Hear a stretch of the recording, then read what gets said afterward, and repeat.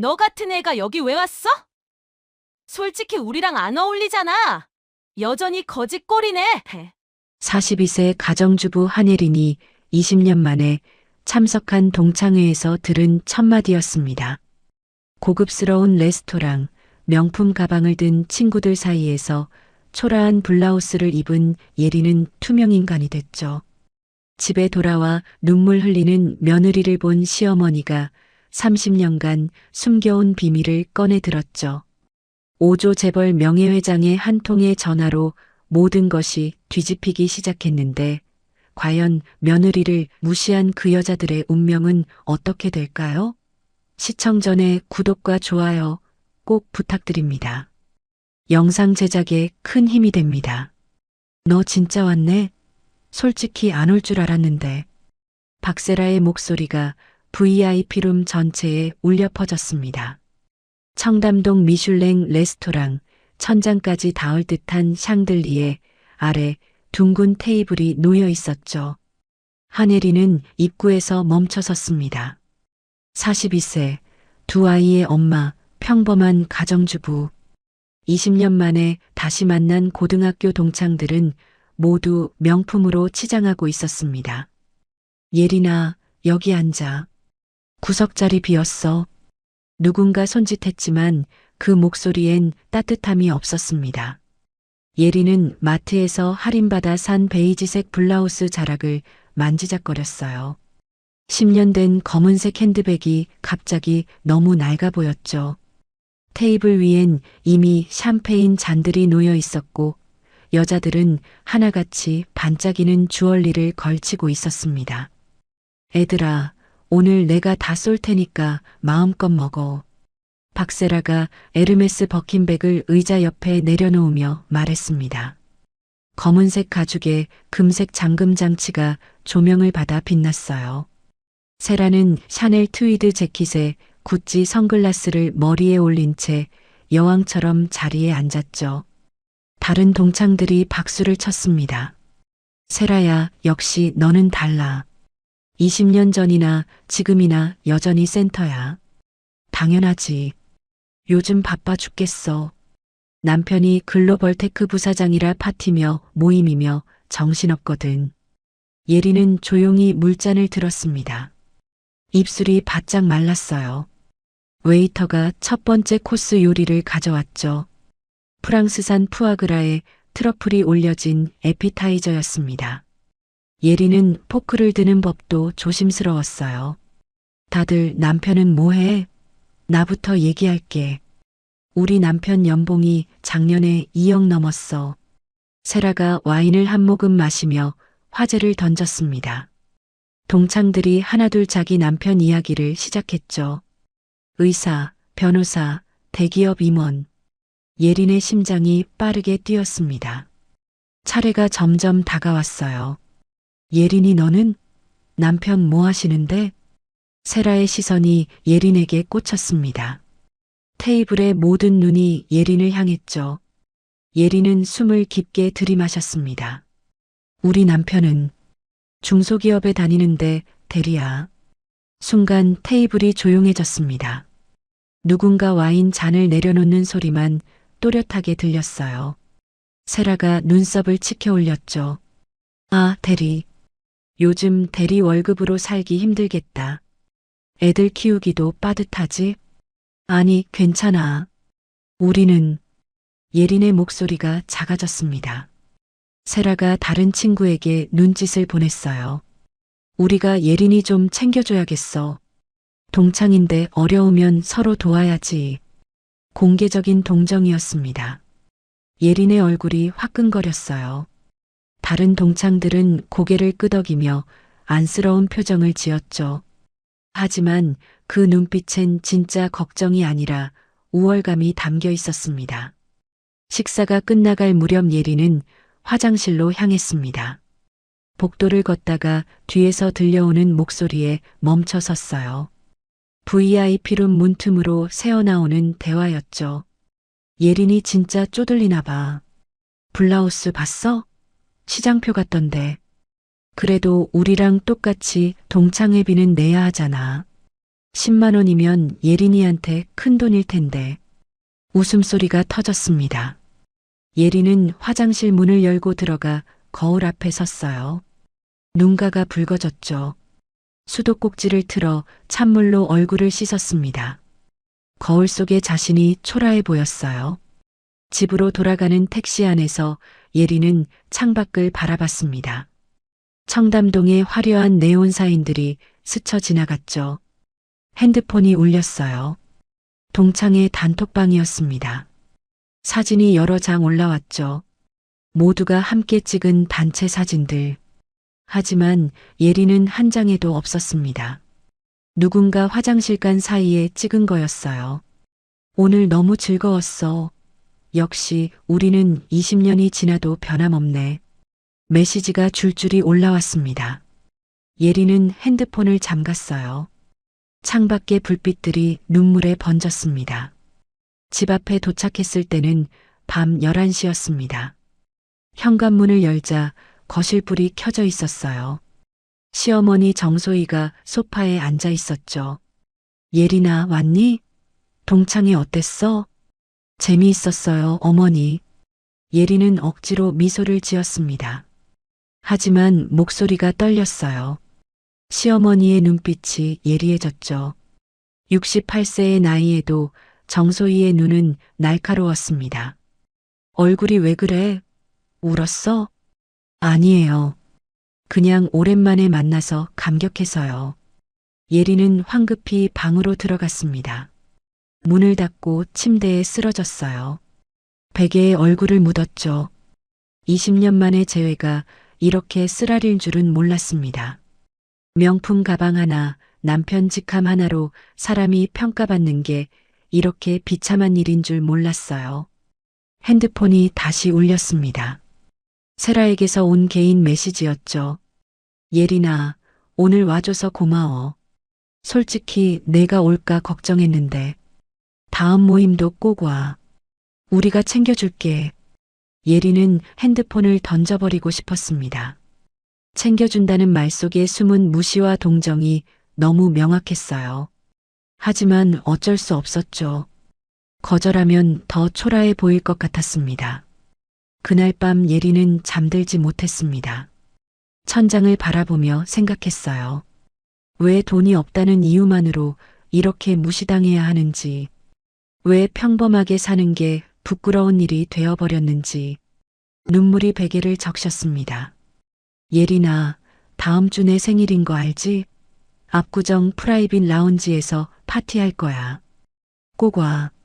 세라의 메시지가 도착한 건 동창의 일주일 후였습니다. 예린은 핸드폰을 들여다보며 한숨을 쉬었어요. 생일 선물을 준비해야 했죠. 통장 잔고를 확인했습니다. 이번 달 생활비에서 쓸 수 있는 돈은 5만 원이 전부였어요. 백화점 할인 코너를 2시간 동안 돌아다녔습니다. 예린은 가격표를 하나하나 확인했죠. 5만 원으로 살 수 있는 건 향수 세트나 핸드크림 세트뿐이었어요. 결국 작은 상자에 든 향수 세트를 골랐습니다. 포장은 예뻤지만 가격은 저렴했죠. 파티 당일 압구정 프라이빗 라운지 앞에는 외제차들이 줄지어 서 있었습니다. 예린은 지하철을 타고 왔어요. 입구에서 동창들이 하나둘 나타났죠. 모두 명품 쇼핑백을 들고 있었습니다. 세라야, 생일 축하해. 동창들이 세라를 둘러쌌습니다. 세라는 분홍색 명품 드레스를 입고 있었어요. 목에는 까르띠에 목걸이가 반짝였죠. 예린은 구석에서 작은 상자를 꼭 쥐었습니다. 자, 애들아, 다들 안으로 들어가자. 라운지 내부는 더 화려했습니다. 크리스털 샹들리에 대리석바, 테이블, 벽면을 가득 채운 와인들과 중앙에는 생일 케이크가 놓여 있었어요. 3단 케이크에 금박 장식이 가득했죠. 이제 선물 개봉하자. 내가 하나씩 열어볼게. 세라가 손뼉을 쳤습니다. 테이블 위에 선물 상자들이 쌓였어요. 세라가 첫 번째 상자를 열었죠. 샤넬 가방이었습니다. 어머, 이거 올해 신상이잖아. 고마워. 두 번째 상자에서는 디올 향수 세트가 나왔습니다. 세 번째는 루이비통 지갑이었어요. 예린의 가슴이 쿵쾅거렸습니다. 자기 차례가 다가왔죠. 세라가 예린의 선물 상자를 집어들었습니다. 다른 선물들보다 훨씬 작았어요. 포장지를 뜯는 순간 세라의 표정이 미묘하게 변했죠. 어머, 이거 향수 세트네. 세라가 상자를 들어 올렸습니다. 모두가 볼 수 있게 말이죠. 한 동창이 핸드폰을 꺼내 검색했어요. 세라야, 이거 인터넷 최저가 3만 원대야. 방금 검색해봤어. 순간 라운지가 조용해졌습니다. 세라가 예린을 바라봤어요. 입가에 미소가 걸려 있었지만 눈빛은 차갑했죠. 예린아, 마음은 정말 고마운데. 솔직히 이런 건 우리 집에 안 어울려. 다음부턴 안 가져와도 돼. 부담 갖지 마. 다른 동창들이 웃기 시작했습니다. 예린의 얼굴이 새빨개졌어요. 손이 떨렸죠. 미안해, 세라야. 내가. 아니야, 괜찮아. 우리 사이에 뭐. 선물이 중요한 게 아니잖아. 세라의 말은 친절했지만 행동은 달랐습니다. 예린의 선물을 테이블 구석으로 밀어냈죠. 다른 명품 선물들 옆에 놓인 작은 상자는 더욱 초라해 보였습니다. 그나저나 애들아, 우리 남편 회사가 골든 브릿지 캐피탈인데 들어봤지? 세라가 화제를 바꿨습니다. 핸드백에서 명함을 꺼냈어요. 금박이 찍힌 고급 명함이었죠. 우리 남편이 부사장으로 있는 곳인데 곧 상장해. 내부 정보인데 지금 투자하면 10배는 남아. 동창들의 눈빛이 반짝였습니다. 세라가 명함을 돌리기 시작했어요. 한 명씩 명함을 받았죠. 하지만 예린 차례가 되자 세라가 멈칫했습니다. 예린이는 여유 없으니까 패스하는 거지. 투자금이 최소 5천만 원은 되어야 하거든. 예린은 고개를 끄덕였습니다. 말할 힘도 없었어요. 다른 동창들은 명함을 받으며 세라에게 질문을 쏟아냈죠. 나 3천만 원 투자하고 싶은데 어떻게 해? 나도. 우리 남편이랑 상의해 볼게. 세라는 만족스러운 표정으로 고개를 끄덕였습니다. 예린은 점점 투명 인간이 되어갔어요. 아무도 예린에게 말을 걸지 않았죠. 단체 사진 찍자. 누군가 소리쳤습니다. 동창들이 우르르 모였어요. 예린도 자리에서 일어났죠. 하지만 카메라 앞에 섰을 때 누군가 속삭였습니다. 예린아, 미안한데 우리 투자자들끼리만 먼저 찍을게. 너는 다음에. 예린은 뒤로 물러났습니다. 플래시가 터졌어요. 웃음소리가 울려 퍼졌죠. 예린은 구석에서 그 모습을 바라봤습니다. 가슴이 찢어지는 것 같았어요. 파티가 끝나고 집으로 돌아가는 길, 예린은 동창의 단톡방을 확인했습니다. 사진이 20장도 넘게 올라와 있었어요. 모든 사진에 예린은 없었죠. 마지막 사진 밑에 댓글이 달렸습니다. 오늘 선물 중에 제일 웃긴 거 있었다. 누가 쓴 건지 알 수 없었습니다. 하지만 무슨 선물을 말하는지는 명확했어요. 예린은 핸드폰을 주머니에 넣었습니다. 눈물이 흘렀죠. 현관문을 열고 들어섰을 때 시어머니가 또 거실에 있었습니다. 정소희는 예린의 얼굴을 보자마자 일어섰어요. 또 울었구나. 대체 무슨 일이야? 아무것도 아니에요, 어머니. 예린은 방으로 들어가려 했습니다. 하지만 시어머니가 팔을 잡았죠. 며느리가 우는데 아무것도 아닐 리가 있나? 나한테 말해봐. 정소희의 목소리는 단호했습니다. 예린은 더 이상 참을 수 없었어요. 그동안 겪은 모든 일을 쏟아냈습니다. 동창회에서의 무시, 생일 파티에서의 굴욕, 3만 원짜리 선물로 받은 조롱. 말하는 동안 눈물이 멈추지 않았죠. 시어머니의 표정이 점점 굳어갔습니다. 주먹을 쥐었다 펴길 반복했어요. 입술을 꽉 깨물었죠. 그 친구 이름이 뭐라고 했지? 박세라? 네, 어머님. 좋아. 알았어. 정소희는 서재로 향했습니다. 예리는 어머니의 뒷모습을 멍하니 바라봤어요. 다음 날 세라의 메시지에 단톡방이 들썩였습니다. 애들아, 다음 주말에 요트 파티 할 거야. 프라이빗 요트 빌렸어.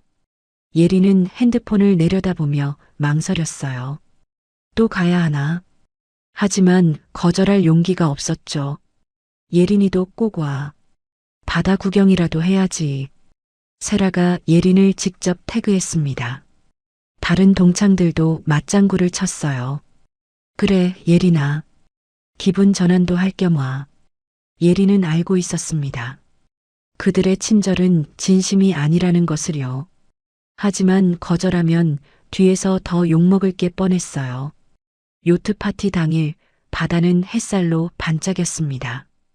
바다 냄새가 코를 찔렀어요. 선착장에 정박한 하얀 요트가 눈부셨죠. 동창들이 하나둘 모였습니다.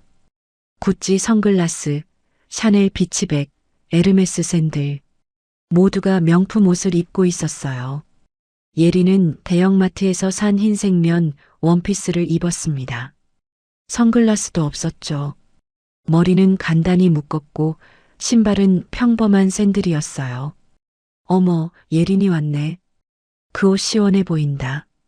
한 동창이 말했습니다. 칭찬처럼 들렸지만 눈빛은 비웃고 있었어요. 예린은 억지로 웃었죠.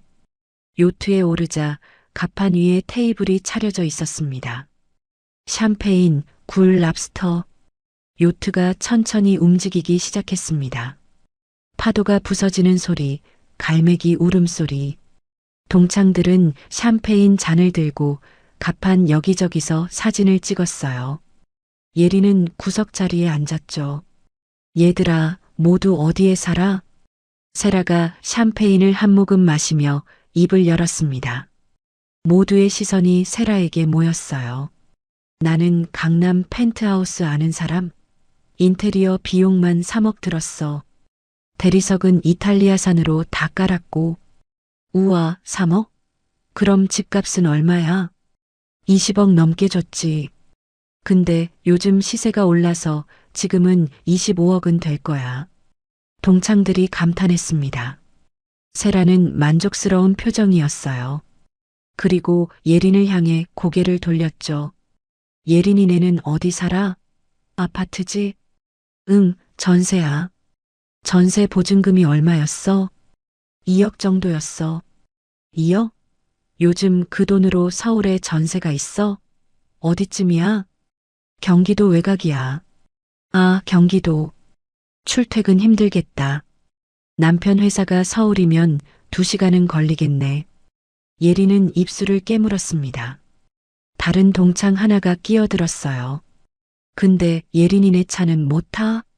우리는 작년에 벤츠 새로 뽑았는데 10년 된 중고차 타고 다녀. 순간 웃음이 터졌습니다. 누군가 기침으로 웃음을 감췄지만 소용없었어요. 세라가 손을 저었죠. 애들아, 웃지 마. 중고차도 차잖아. 예린이는 알뜰하게 사는 거야. 해가 지고 저녁이 되자 갑판 위에 조명이 켜졌습니다. 음악이 흘러나왔어요. 동창들은 술에 취해 춤을 췄죠. 예린은 난간에 기댄 채 바다를 바라봤습니다. 예린아, 너 거기서 뭐해?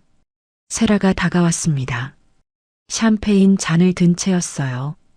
얼굴이 붉어져 있었죠. 그냥 바람 쐬고 있어. 솔직히 말해봐. 애들 학원비도 빠듯하지? 예린은 세라를 쳐다봤습니다. 세라의 눈빛은 진지했어요. 아니, 진지한 척하고 있었죠. 관리는 할 만해. 거짓말. 대리 월급으로 애들 키우기 빠듯한 거 다 알아. 남편 월급이 300만 원? 예린은 대답하지 않았습니다. 세라가 한 걸음 더 다가왔어요. 우리는 남편 연봉이 2억이 넘어. 보너스 따로. 상여금 따로. 너네랑은 차원이 다르지. 예린의 눈에서 눈물이 흘렀습니다. 참으려 했지만 더 이상 참을 수 없었어요. 세라가 뒤돌아서며 중얼거렸죠. 쪼들리면서 왜 여기까지 와? 돈 없으면 집에나 있지. 예린은 난간을 붙잡았습니다. 바다가 검게 보였어요. 파도 소리만 들렸죠. 뒤에서 들려오는 웃음소리와 음악소리가 멀게 느껴졌습니다. 1시간 후 요트는 돌아왔습니다. 동창들은 하나둘 하선했어요. 예린은 마지막으로 내렸죠. 집으로 가는 버스 안에서 핸드폰을 확인했습니다. 단톡방에 또 사진들이 올라와 있었어요. 요트 위에서 찍은 단체 사진. 이번에도 예린은 없었습니다. 오늘 요트 파티 최고였어. 다들 부럽다는 댓글 엄청 달렸어. 세라의 메시지였습니다. 예린은 핸드폰을 끄고 창밖을 바라봤어요. 눈물이 멈추지 않았죠. 집에 도착했을 때는 자정이 넘어 있었습니다. 현관문을 열자 시어머니가 거실에서 기다리고 있었어요. 예린의 눈가를 본 정소희가 일어났죠. 예린아, 어머님. 예린은 그 자리에 주저앉았습니다. 더 이상 견딜 수 없었어요. 시어머니가 예린을 안아줬죠. 다 말해봐. 무슨 일이 있었는지. 예린은 요트 파티에서 겪은 모든 일을 털어놨습니다. 경제적, 공개적 조롱, 밤바다에서의 모욕. 말하는 동안 시어머니의 얼굴이 점점 굳어갔어요. 이제 됐어. 더 이상 참지 마. 정소희는 예린을 방으로 보낸 뒤 서재로 향했습니다. 책장 뒤에 숨겨진 금고를 열었어요. 안에는 오래된 서류와 명함들이 가득했죠. 손으로 명함 하나를 집어들었습니다. 정소희는 핸드폰을 꺼내 전화를 걸기 시작했습니다. 밤이 깊어가고 있었어요. 어머님, 일어나셨어요? 다음 날 아침 예린이 거실로 나왔을 때 정소희는 이미 소파에 앉아 있었습니다. 테이블 위에 서류들이 펼쳐져 있었어요. 예린아, 앉아봐. 할 말이 있어. 예린은 조심스럽게 자리에 앉았습니다. 시어머니의 표정이 평소와 달랐어요. 더 단단하고 날카로웠죠. 네, 어머님. 정소희는 잠시 침묵했습니다. 그리고 예린의 손을 잡았어요. 어제 내가 한 얘기 다 들었어. 동창의 생일 파티, 요트 파티. 그 여자들이 너한테 한 짓 다 알아. 죄송해요, 어머님. 제가 부족해서. 아니야. 내가 잘못한 게 하나도 없어. 정소희는 테이블 위의 서류를 예린에게 밀었습니다. 골든 브릿지 캐피탈이라는 회사명이 보였어요. 이게 뭐예요? 네 친구 박세라, 남편이 운영하는 회사야. 어젯밤 사람 시켜서 조사했어. 어머님이요? 정소희는 고개를 끄덕였습니다. 예린은 서류를 펼쳤어요. 페이퍼 컴퍼니, 실제 사업장 없음, 투자금 유용 의심. 놀라운 내용들이 적혀 있었죠. 이게 다 사실이에요? 금융감독원, 국세청, 검찰. 내가 아는 사람들한테 확인했어. 전부 사실이야. 예린은 숨이 막혔습니다. 세라가 자랑하던 회사가 사기였다니요. 근데 어머니는 어떻게 이런 걸? 정소희는 일어나 서재로 향했습니다. 예린도 따라갔어요. 책장을 밀자 금고가 나타났죠. 정소희가 비밀번호를 누르고 금고 문을 열었습니다. 안에는 오래된 서류들이 가득했습니다. 명함, 증명서, 주식증서. 정소희가 명함 하나를 꺼냈어요. 한국재벌그룹 명예회장 정소희. 예린의 눈이 커졌습니다. 명함을 들여다봤죠. 진짜였어요. 어머님, 이게 난 한국재벌그룹 창업주란다. 30년 전에 은퇴했지만 여전히 명예회장이고 그룹 계열사 지분 15%를 가지고 있어. 예린은 말을 잃었습니다. 시어머니가 재벌이라니요. 그동안 평범한 사람으로만 알고 있었는데 시가총액으로 따지면 5조가 넘지. 현금만 수천억이야. 정소희는 침착하게 말했습니다. 예린의 손이 떨렸어요. 그럼 왜 그동안 숨기셨어요? 큰 집, 명품, 그런 거 필요 없었어. 조용히 가족이랑 살고 싶었거든. 아들도 일반 회사 다니면서 평범하게 살라고 했고, 예린은 이해가 안 됐습니다. 오조 재벌이 왜 이렇게 숨어 살았을까요? 근데 우리 며느리를 건드렸으니 이제 달라. 너가 당한 수모를 그냥 넘어갈 수 없어. 정소희는 핸드폰을 꺼냈습니다. 전화를 걸기 시작했어요. 여보세요, 김 회장님. 저 정소희입니다. 오랜만이죠? 한 가지 부탁이 있습니다. 전화 너머로 놀라는 목소리가 들렸습니다. 정소희는 침착하게 말을 이어갔어요. 골든 브릿지 캐피탈이라는 회사 아십니까? 조사 좀 부탁드립니다. 전화를 끊고 정소희는 또 다른 번호를 눌렀습니다. 금융감독원장이었어요. 그 다음은 산업은행 총재, 증권거래소 이사장, 국세청 차장. 30분 동안 5통의 전화가 이어졌죠. 예린은 소파에 앉아 멍하니 지켜봤습니다. 시어머니가 전화로 던지는 한마디 한마디가 폭탄 같았어요. 네, 회장님. 고맙습니다. 결과 보고 기다리겠습니다. 마지막 전화를 끊은 정소희가 예린 옆에 앉았습니다. 이틀이면 모든 자료가 나올 거야. 그리고 그 다음이 중요해. 어머니, 뭘 하시려고요? 복수? 우리 며느리한테 한 짓을 똑같이 돌려줄 거야.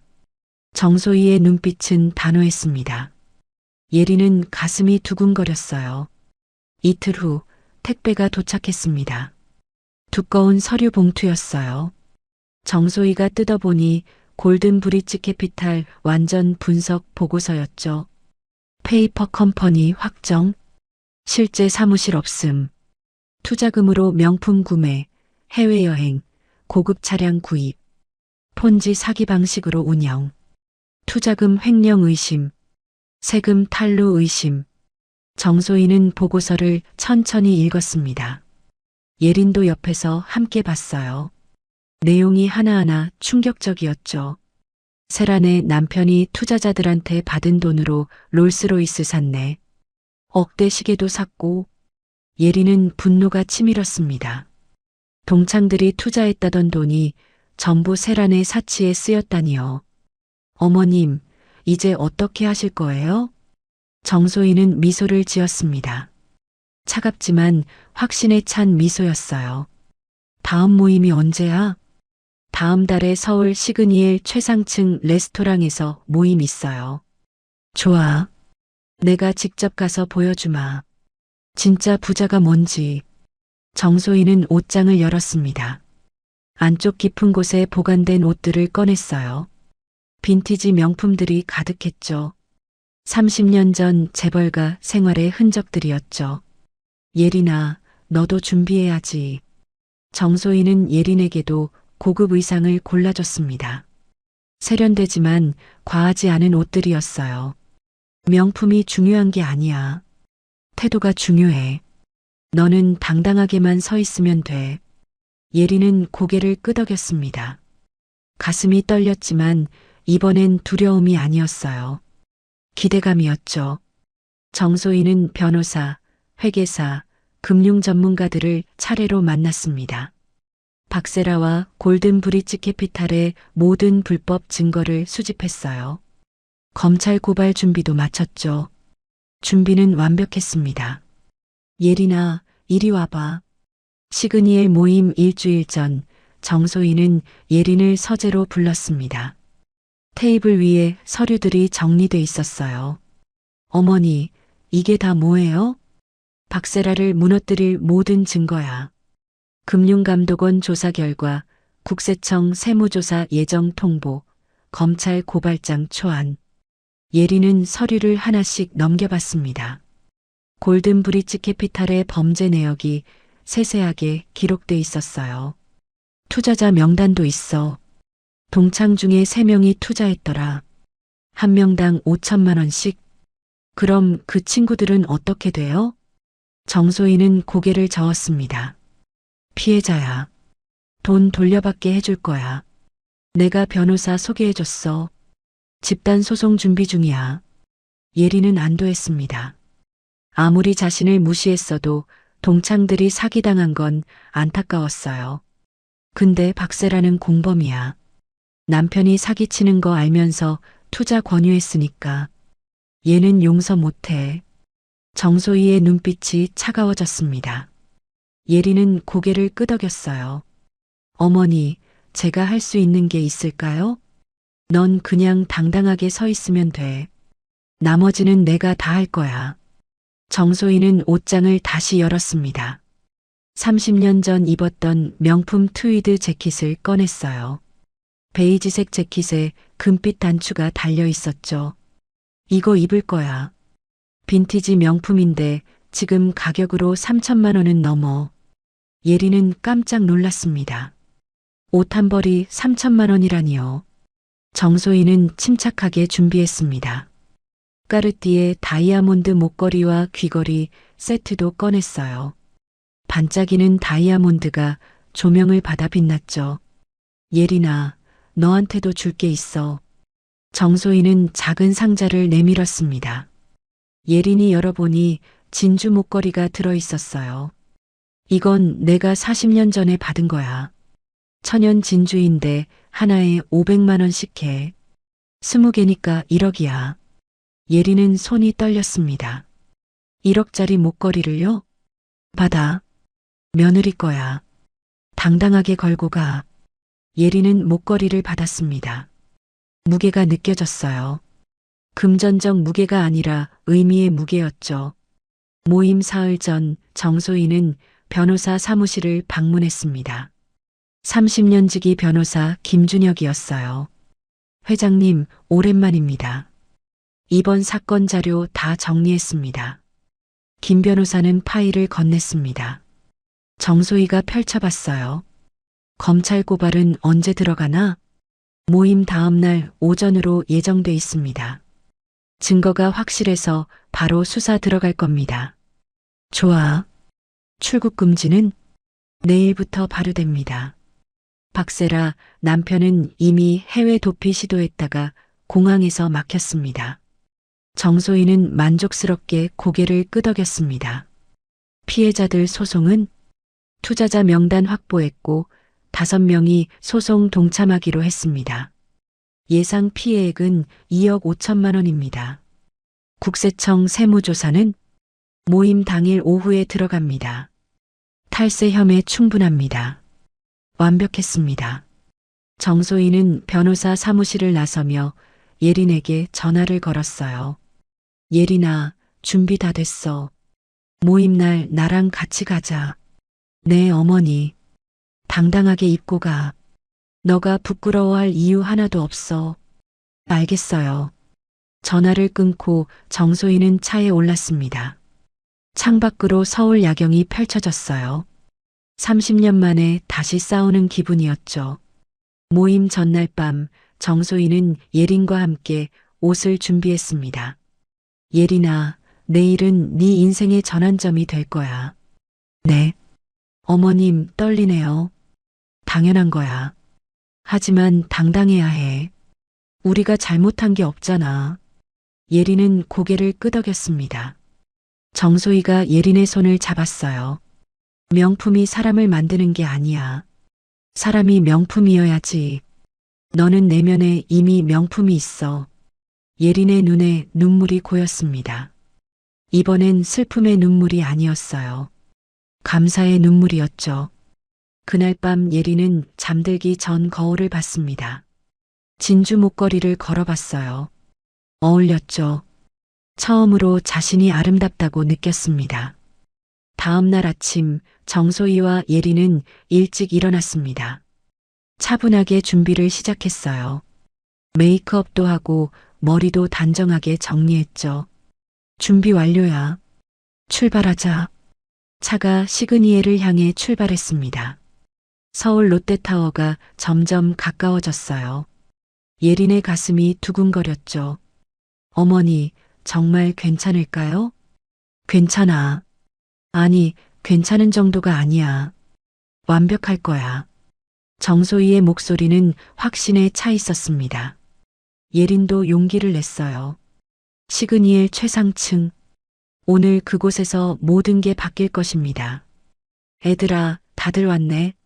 오늘 진짜 끝내주는데 예약했어. 박세라의 목소리가 시그니엘 최상층 레스토랑 입구에 울렸습니다. 동창들이 하나씩 모였어요. 루이비통 드레스, 샤넬 핸드백, 모두가 최고급 브랜드로 치장했죠. VIP룸 문이 열렸습니다. 천장부터 바닥까지 이어진 통유리창 너머로 서울 전경이 펼쳐졌어요. 해질녘의 하늘이 주황빛으로 물들었죠. 우와, 여기 진짜 비싸다며? 1인당 50만 원은 한대. 세라가 웃으며 대답했습니다.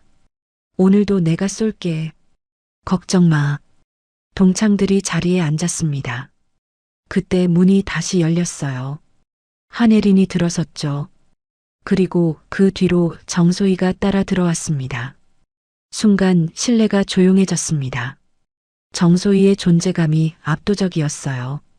빈티지 명품과 다이아몬드, 68세 노인의 몸에서 뿜어지는 아우라가 공기를 바꿨죠. 어머, 예린이 시어머님? 세라가 일어나 인사했습니다. 다른 동창들도 황급히 자리에서 일어났어요. 처음 뵙겠습니다. 저는 박세라라고 합니다. 정소희는 고개만 살짝 끄덕였습니다. 말없이 예린 옆자리에 앉았어요. 동창들은 서로 눈빛을 교환했습니다. 자, 다들 앉으세요. 식사 시작해요. 세라가 분위기를 주도하려 했습니다. 웨이터가 전체 요리를 가져왔어요. 캐비어와 랍스터였죠. 식사가 진행되는 동안 세라는 계속 말을 이어갔습니다. 애들아, 있잖아. 골든 브릿지 캐피탈 드디어 상장 확정됐어. 이번 달 말에 공개하는데 10배는 오를 거래. 동창 하나가 관심을 보였습니다. 진짜? 나 추가 투자하고 싶은데. 당연하지. 지금이 마지막 기회야. 세라는 자신만만하게 말했습니다. 정소희는 조용히 와인을 마시며 듣고만 있었어요. 어머님도 한잔 하세요. 세라가 정소희에게 와인을 권했습니다. 정소희는 고개를 끄덕이며 잔을 받았죠. 근데 어머님은 평소에 뭐 하세요? 세라의 질문에 실내가 또 조용해졌습니다. 정소희가 천천히 입을 열었어요. 그냥 집에서 쉬죠. 나이가 많으니까. 아, 그러시구나. 요즘 노후 준비 다들 잘하셔야 하는데. 세라는 건방지게 말했습니다. 정소희는 미소만 지었어요. 메인 요리가 나왔습니다. 와규 스테이크와 송로버섯이 나왔어요. 세라가 다시 입을 열었죠. 참, 우리 남편이 이번에 해외 지사도 차릴 거래. 싱가포르랑 홍콩에.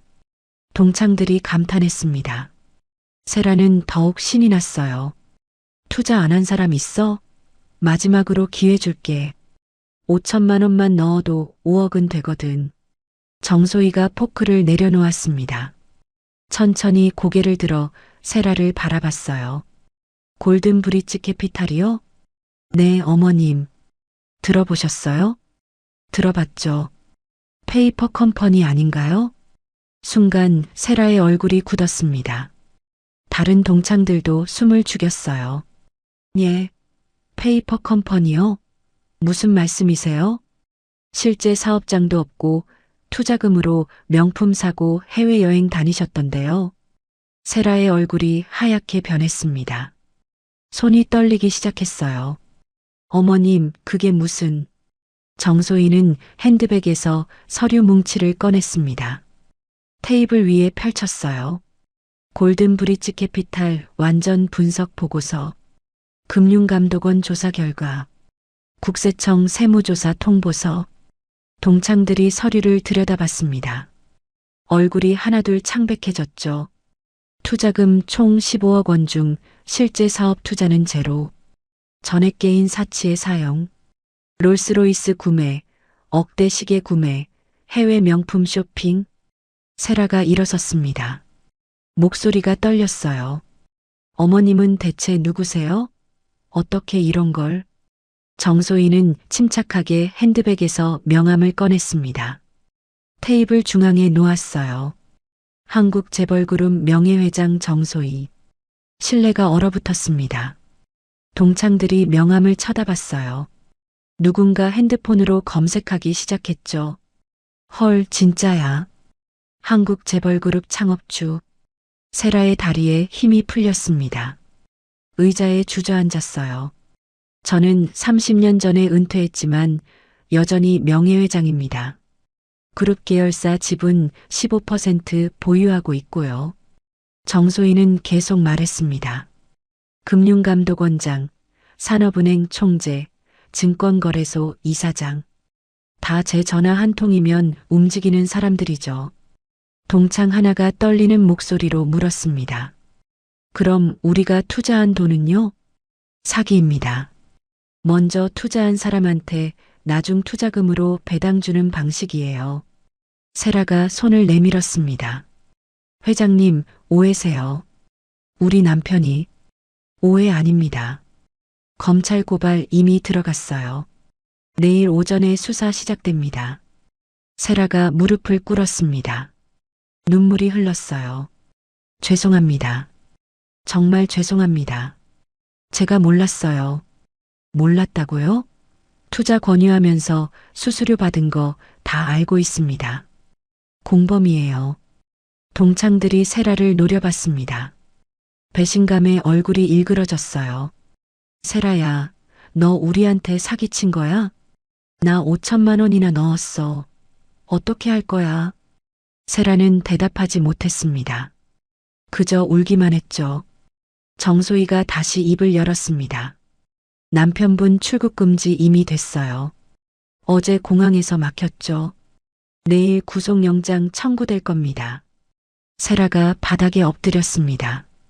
살려주세요. 제발이요. 애들도 있어요. 정소희는 냉정하게 말했습니다. 우리 며느리한테 사과는 본인이 하세요. 저한테 할 필요 없어요. 정소희가 일어섰습니다. 예린의 손을 잡았어요. 예린아, 가자. 여기 공기 안 좋아. 두 사람은 당당히 레스토랑을 나섰습니다. 뒤에서 들려오는 울음소리와 다투는 소리가 점점 멀어졌죠. 엘리베이터 안에서 예린은 시어머니를 바라봤습니다. 눈물이 흘렀어요. 이번엔 기쁨의 눈물이었죠. 고마워요, 어머님. 고마울 거 없어. 당연한 일 했을 뿐이야. 엘리베이터가 1층에 도착했습니다. 문이 열리자 서울의 야경이 펼쳐졌어요. 두 사람은 나란히 걸었습니다.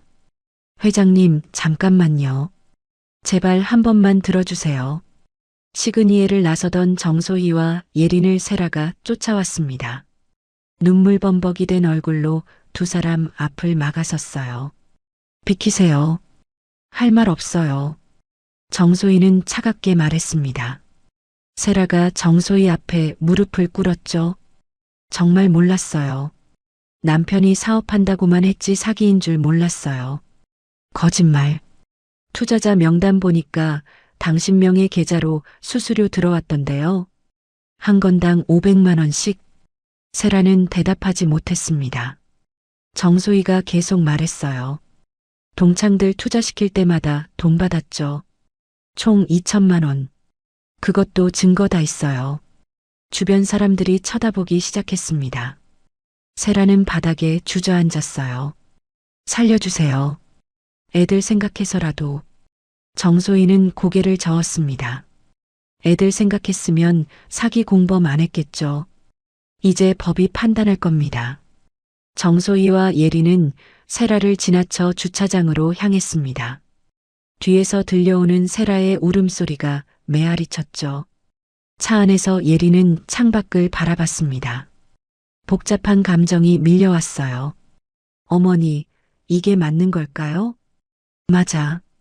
내가 당한 일만 생각하면 이것도 약한 거야. 하지만 세라도 엄마인데. 정소희는 예린을 돌아봤습니다. 예린아, 착한 건 좋지만 바보처럼 당하면 안 돼. 세라는 내가 고통받는 걸 즐겼어. 그건 용서할 수 없어. 예린은 고개를 끄덕였습니다. 어머니 말이 맞았어요. 다음 날 아침 뉴스가 터졌습니다. 속보입니다. 골든 브릿지 캐피탈 대표 긴급 체포. 100억 원대 투자 사기 혐의. 앵커의 목소리가 거실에 울렸습니다. 예린과 정소희는 소파에 앉아 뉴스를 봤어요. 검찰은 골든 브릿지 캐피탈이 실제 사업 없이 투자금만 모집한 페이퍼 컴퍼니로 판단하고 있습니다. 피해자는 현재 확인된 것만 20명, 피해액은 15억 원에 달합니다. 화면에 박세라 남편이 수갑을 찬 채 끌려가는 모습이 나왔습니다. 기자들이 플래시를 터뜨렸죠. 또한 대표의 배우자 박모 씨도 공범 혐의로 경찰 조사를 받고 있습니다. 예린의 핸드폰이 울렸습니다. 동창 단톡방이었어요. 메시지가 폭주하고 있었죠. 세라 때문에 우리 다 망했어. 돈 돌려받을 수 있는 거야? 변호사 알아봐야겠다. 예린은 단톡방을 나갔습니다. 더 이상 그들과 함께할 이유가 없었어요. 사흘 후 정소희가 소개한 변호사 김준혁이 예린을 찾아왔습니다. 예린 씨, 투자자분들 집단 소송 진행 중입니다. 박세라 남편 재산 가압류 완료했고요. 돈은 돌려받을 수 있어요? 전액은 어렵지만 50에서 70%는 회수 가능할 겁니다. 박 씨 명의 부동산이 꽤 있거든요. 예린은 안도했습니다. 동창들이 조금이라도 돈을 돌려받았으면 좋겠었어요. 박세라는요? 구속영장 청구됐습니다. 내일 영장실질심사 예정이에요. 일주일 후 세라에게서 편지가 왔습니다. 구치소에서 보낸 거였어요. 예린은 편지를 펼쳤죠. 예린아, 미안해. 정말 미안해. 내가 너무 교만했어. 너를 무시하고 모욕했던 거 후회해. 이제야 깨달았어. 돈이 전부가 아니라는 걸. 용서해 줄 수 없다는 거 알아. 그래도 미안하다는 말은 하고 싶었어. 예린은 편지를 접었습니다. 눈물이 날 것 같았지만 흘리지 않았어요. 용서는 아직 되지 않았죠. 한 달 후 동창 중 하나인 윤지혜가 예린에게 전화를 걸었습니다. 예린아, 나야. 통화 가능해? 응, 괜찮아. 너한테 사과하고 싶어서. 그동안 우리가 너무했어. 세라 눈치 보느라 너한테 못되게 굴었어. 정말 미안해. 예린은 한숨을 쉬었습니다. 지혜야, 괜찮아. 다 지난 일이야. 우리 커피 한잔 할래? 제대로 사과하고 싶어. 예린은 잠시 생각했습니다. 그리고 대답했어요. 미안한데 난 이제 그 시간에 다른 거 하고 싶어. 나를 소중히 여기는 사람들이랑 시간 보내고 싶거든. 지혜는 잠시 침묵했습니다. 그리고 작게 말했죠. 그래, 이해해. 다시 한번 미안해. 전화를 끊고 예린은 핸드폰을 내려놨습니다. 시어머니가 부엌에서 나왔어요. 전화 왔었어? 네. 동창 중 하나가 사과하고 싶다고요. 받아줄 거야? 아니요. 이제 그럴 필요 없을 것 같아요. 정소희는 만족스럽게 웃었습니다. 잘했어. 내 시간은 소중한 거야. 예린도 웃었습니다. 처음으로 진심으로 웃는 것 같았어요. 2달 후 골든 브릿지 캐피탈 사건이 1심에서 판결났습니다. 박세라 남편은 징역 7년, 세라는 징역 3년이었죠. 피해자들은 재산 가압류로 평균 60% 배상받았습니다. 예린은 뉴스를 보며 고개를 끄덕였습니다. 정의가 실현됐어요. 완벽하진 않지만 충분했죠. 6개월이 흘렀습니다. 계절은 봄에서 가을로 바뀌었어요. 예린은 동네 시장에서 장을 보고 있었죠. 아줌마, 배추 한 포기 주세요. 자, 여기. 오늘 아침에 들어온 거야. 싱싱해. 예리는 배추를 받아 장바구니에 담았습니다. 파, 당근도 샀어요. 평범한 주말 장복이었죠. 계산을 하고 돌아서는데 누군가 멀리서 걸어오는 게 보였습니다. 초라한 옷차림, 헝클어진 머리. 박세라였어요. 예린은 멈춰 섰습니다. 세라도 예린을 봤죠. 두 사람의 시선이 마주쳤습니다. 세라는 3개월 전 집행유예로 풀려났습니다. 남편은 여전히 수감 중이었고 세라는 이혼 소송을 진행하고 있었죠. 강남 펜트하우스는 경매로 넘어갔고 명품들은 전부 팔렸습니다. 지금은 반지하 원룸에서 혼자 살고 있었어요. 세라가 먼저 고개를 숙였습니다. 예리는 그냥 지나쳤어요. 화도 나지 않았고 동정도 들지 않았습니다. 그저 무관심이었죠. 집으로 돌아와 정소희와 함께 저녁을 준비했습니다. 부엌에서 두 사람이 나란히 섰어요. 오늘 시장에서 세라를 봤어요. 그래, 어떻더니? 초라해 보였어요. 근데 신기하게 마음이 안 아프더라고요. 정소희는 미소를 지었습니다. 그럼 된 거야. 이제 진짜 자유로워진 거지. 예린도 웃었습니다. 팔을 썰으며 말했어요. 어머님, 궁금한 게 있어요. 뭔데? 왜 부자인 걸 숨기고 사셨어요? 편하게 사실 수도 있었잖아요. 정소희는 손을 멈추고 예린을 바라봤습니다. 예린아, 진짜 부자는 증명할 필요가 없어. 명품을 걸쳐야 인정받는 건 아니지. 진짜 부는 필요할 때 쓸 수 있는 힘이지. 남한테 보여주는 게 아니거든. 예린은 고개를 끄덕였습니다. 깊은 울림이 있었어요. 세라 같은 사람들은 명품으로 자기 가치를 증명하려고 해. 하지만 그건 의미 없는 거야. 진짜 가치는 안에서 나오는 거야. 어머니 말씀이 맞아요. 이제야 알겠어요. 두 사람은 다시 요리를 시작했습니다. 정소희가 된장찌개를 끓이고 예린이 나물을 무쳤어요. 평범하지만 따뜻한 시간이었죠. 저녁 식탁에 가족이 모였습니다. 남편 민준, 두 아들 현우와 지훈, 그리고 시어머니 정소희. 5명이 둥근 식탁에 둘러앉았어요. 오늘 회사에서 승진 발표 났어. 나 과장 됐어.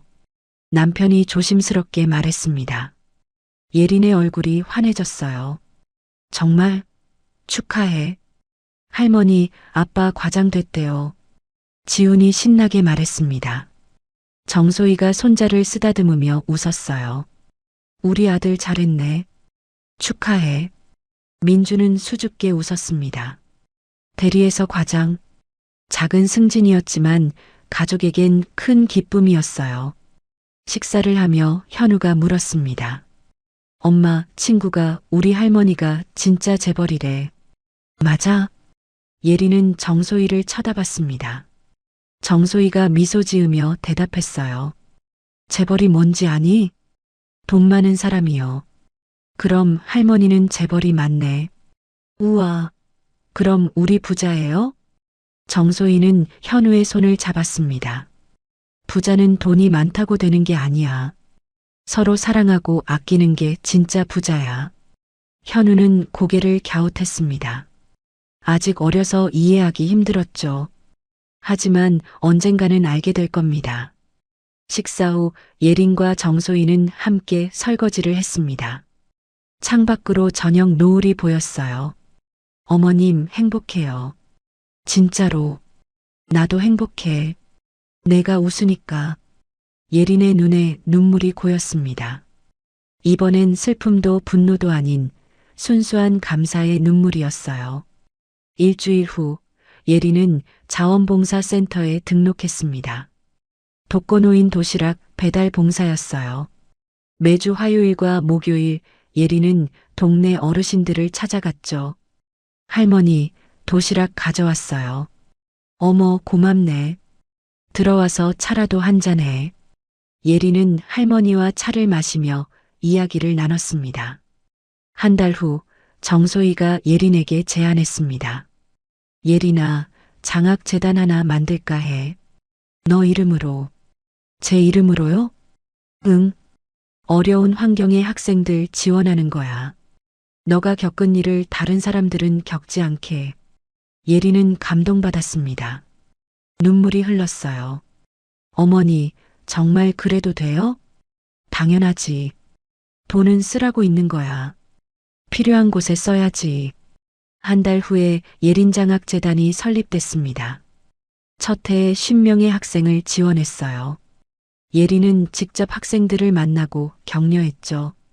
포기하지 마. 너희는 충분히 가치 있어. 학생들의 눈빛이 반짝였습니다. 희망이 보였어요. 1년 후 예리는 동네 카페에서 책을 읽고 있었습니다. 창밖으로 사람들이 지나갔어요. 평범한 일상이었죠. 핸드폰이 울렸습니다. 윤지혜였어요. 1년 만에 연락이었죠. 예린아, 나 지혜야. 통화 괜찮아? 응, 괜찮아. 있잖아, 세라가 많이 아파. 병원에 입원했어. 예리는 잠시 침묵했습니다. 그렇구나. 병문안 와줄 수 있어? 세라가 너 보고 싶대. 예리는 고민했습니다. 가야 할까요? 하지만 마음이 편치 않았어요. 미안한데 난 못 갈 것 같아. 용서는 아직 이른 것 같아. 알았어.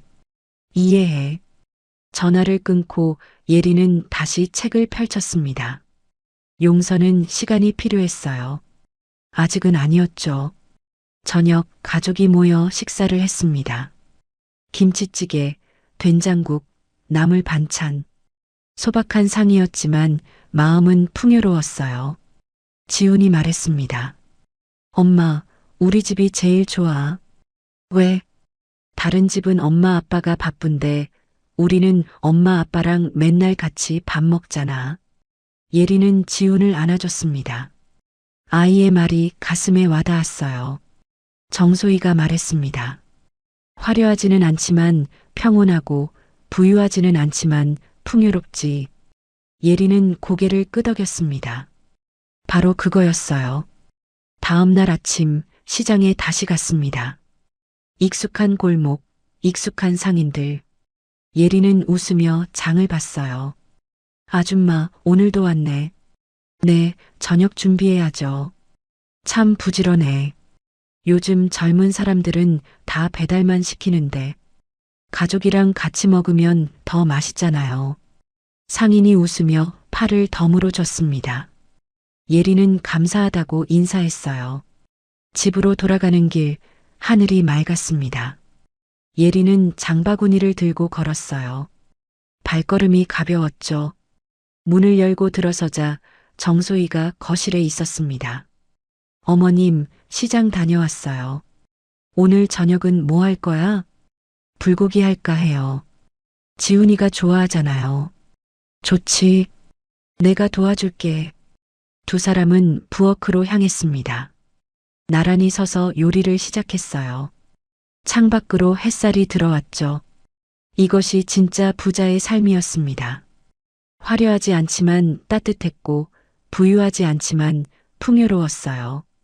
명품 가방보다 소중한 건 가족의 웃음이었고 고급 레스토랑보다 맛있는 건 함께 만든 저녁이었습니다. 예리는 이제 알았습니다. 진정한 행복은 남과 비교하는 게 아니라는 것을요. 자신이 가진 것에 감사하고 소중한 사람들을 지키는 것. 그것이 바로 진짜 부자의 삶이었습니다. 해가 지고 저녁이 됐습니다. 가족이 식탁에 둘러앉아 불고기를 먹었어요. 웃음소리가 집안을 가득 채웠죠. 예린의 상처는 깊었지만 시간이 흐르고 삶의 소중함을 깨달으며 마음에 남은 앙금마저 천천히 녹아내리는 걸 느꼈죠. 언젠가 세라가 진심으로 뉘우치고 자신 역시 지난 날을 담담히 받아들일 수 있는 날이 오리라는 믿음이 생겼습니다. 그래서 예리는 오늘도 자신의 소중한 사람들과 평온한 하루를 살아갑니다. 오늘 이야기가 좋으셨다면 구독과 좋아요, 알람 설정 잊지 마시고 소중한 댓글 하나가 큰 힘이 됩니다. 시청해 주셔서 진심으로 감사드립니다.